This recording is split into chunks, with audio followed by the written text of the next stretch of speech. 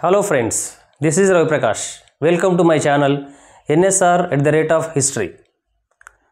ప్రాచీన కాలంలో భారతదేశానికే కాక ప్రపంచ దేశాలకు విజ్ఞాన కాంతిని పంచినటువంటి విశ్వవిద్యాలయాల గురించి మనం మాట్లాడుతున్నాం. ఈ క్రమంలో విశ్వవిద్యాలయాల సిరీస్లో భాగంగా ఈరోజు మనము ఒక అద్భుతమైనటువంటి విశ్వవిద్యాలయం గురించి మనము మాట్లాడుకోబోతున్నాం. పాల నుంచి మనము పెరుగు తయారు చేయవచ్చు, అలాగే వెన్న తయారు చేయవచ్చు. కానీ పాలను ఆల్కహాలుగా మార్చినటువంటి విశ్వవిద్యాలయం గురించి మనము తెలుసుకోబోతున్నాం. ఆ విశ్వవిద్యాలయమే విక్రమశిల విశ్వవిద్యాలయం, విక్రమశిల బౌద్ధ విశ్వవిద్యాలయం. ఈ విక్రమశిల విశ్వవిద్యాలయం స్థాపించింది పాల వంశస్థుడైనటువంటి ధర్మపాలుడైనటువంటి రాజు.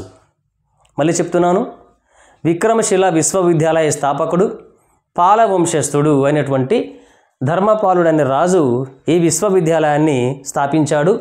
స్థాపించబడ్డ సంవత్సరము క్రీస్తు శకము 783 సంవత్సరంలో బీహార్ రాష్ట్రంలోని భగల్పూర్ పరిసర ప్రాంతాల్లో ఉన్నటువంటి ఈ యొక్క అంతిచక్ అనే గ్రామంలో ఈ విశ్వవిద్యాలయము స్థాపించబడింది.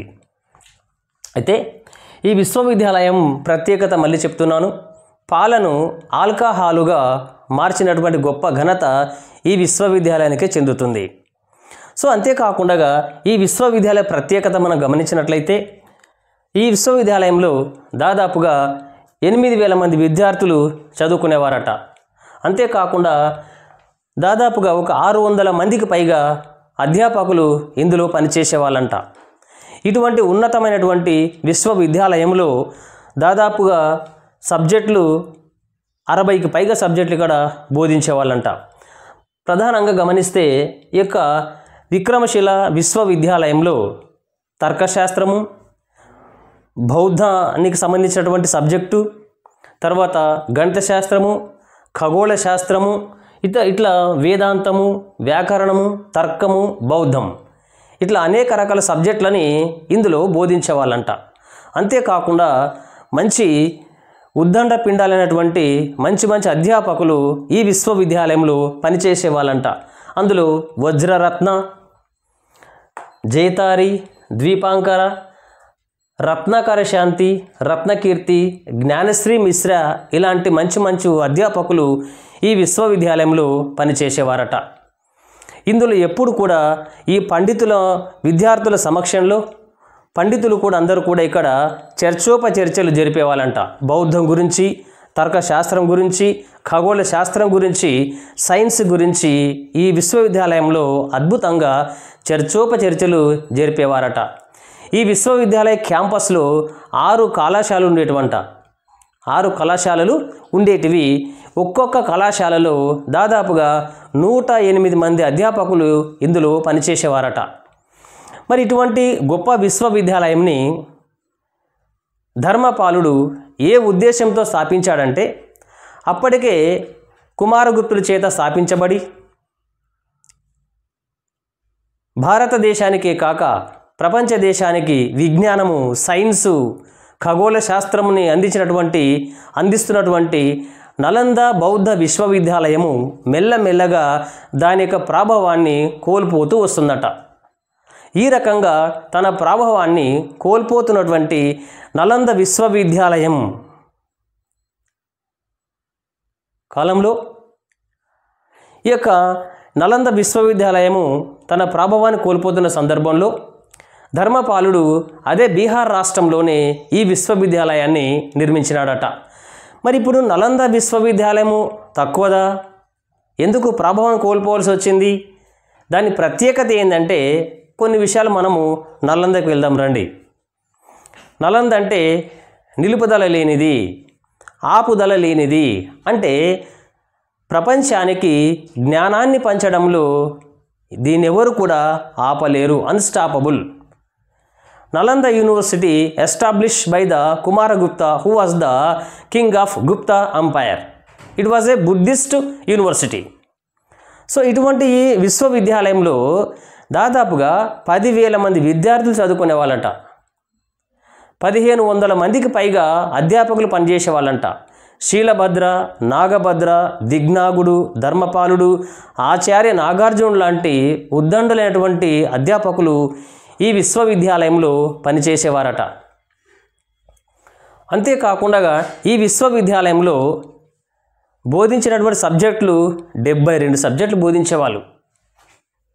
అందులో ప్రధానంగా చరిత్ర, రాజనీతి శాస్త్రము, గణిత శాస్త్రము, మరీ ప్రాముఖ్యంగా ఖగోళ శాస్త్రము, బౌద్ధము, తర్కము, వ్యాకరణము, వేదాలు, ఇట్లా అనేక రకాల సబ్జెక్టులు నలంద విశ్వవిద్యాలయంలో బోధించేవారంట.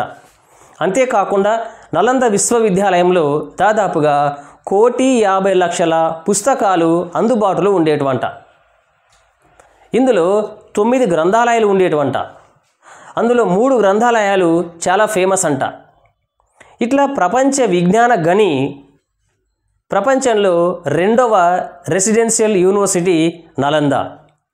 అంతేకాకుండా ఈ నలంద విశ్వవిద్యాలయంలో పనిచేసినటువంటి హుయాన్సాంగ్ చైనా దేశస్థుడు నలందకు వచ్చి ఇందులో సంస్కృతం నేర్చుకొని ఈ నలందలోని అనేక రకాల సంస్కృత ఆయుర్వేదిక గ్రంథాలని చైనా భాషలోకి మార్చుకున్నాడంట హుయాన్సాంగ్. అంతేకాకుండా ఆర్యభట్టకి కూడా నలందతో అవినాభావ సంబంధం ఉండేది. ఈ ఆర్యభట్ట రాసినటువంటి అద్భుతమైనటువంటి గ్రంథము సూర్య సిద్ధాంతం. ఇందులో సౌర కుటుంబం గురించినటువంటి వివరణ చెప్పబడింది.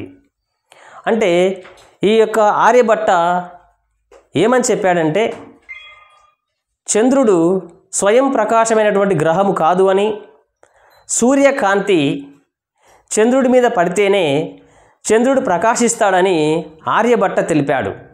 అంతేకాకుండా ఆర్యభట్ట త్రికోణమితి లాంటి అనేక రకాల గ్రంథాలని రచించడం జరిగింది. మరి ఇటువంటి ఉన్నత విశ్వవిద్యాలయాన్ని ఎవరు ధ్వంసం చేశారు అంటే మళ్ళీ మనము విక్రమశిలకు వద్దాం. ప్రాచీన కాలంలో తక్షశిల విశ్వవిద్యాలయము, నలంద విశ్వవిద్యాలయము, తర్వాత విక్రమశిల విశ్వవిద్యాలయము, వల్లభి, ఓదంతపురి, ఇట్లా ఈ విశ్వవిద్యాలయాలు ఒక చైన్ సిస్టమ్గా పనిచేసినవి. ఇవన్నీ కూడా పూర్తిగా ఆయా ప్రభుత్వాల ఆధీనంలో ఉండేవి. అట్లా ఒక మాటలో చెప్పాలంటే ఇవన్నీ కూడా బౌద్ధ విశ్వవిద్యాలయాలు. ప్రపంచానికి జ్ఞానం బోధించినాయి, బౌద్ధ ధర్మం బోధించినాయి, మానవ విలువలు బోధించినాయి ఈ విశ్వవిద్యాలయాలు. అయితే విక్రమశిల విశ్వవిద్యాలయంకి వచ్చినట్లయితే ఈ విశ్వవిద్యాలయము చూడ్డానికి బాగా ఎత్తులో హైట్గా ఉండి ఒక కోటలాగా కనపడేదంట. ఒక కోటలాగా కనపడేది. అందుకోసమే బక్తియార్ ఖిల్జీ అనేటటువంటి ఇక ఇస్లాం ఆయన ఏం చేశాడంటే ఇది కోట అనుకొని ఇందులో బాగా ధనం ఉంటుందన్న ఉద్దేశంతో ఈ యొక్క విక్రమశిల పైన ఈయన దాడి చేశాడు. ఈ రకంగా అనేక మంది ఉపాధ్యాయులు, విద్యార్థులు చనిపోవడం జరిగింది ఆ బక్తియార్ ఖిల్జీ యొక్క దండయాత్రలో భాగంగా.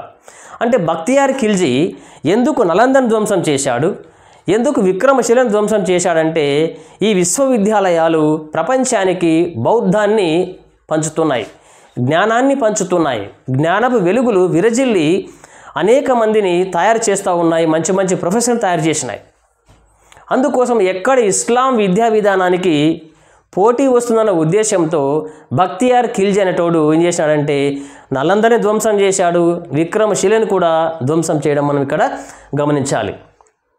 సో ఇట్లా గమనించినట్లయితే ఈ యొక్క విక్రమశిల విశ్వవిద్యాలయాన్ని స్థాపించిన ధర్మపాలుడు ఒక మంచి ఉద్దేశంతో స్థాపించి, అంతేకాకుండా నానాడికి డౌన్ అవుతున్నటువంటి బౌద్ధ విద్యని మళ్ళీ ఒక్కసారి ప్రపంచానికి అందించాలన్న ఉద్దేశంతో ఈ ధర్మపాలుడు ఈ యొక్క విక్రమశిల విశ్వవిద్యాలయాన్ని స్థాపించడం జరిగింది.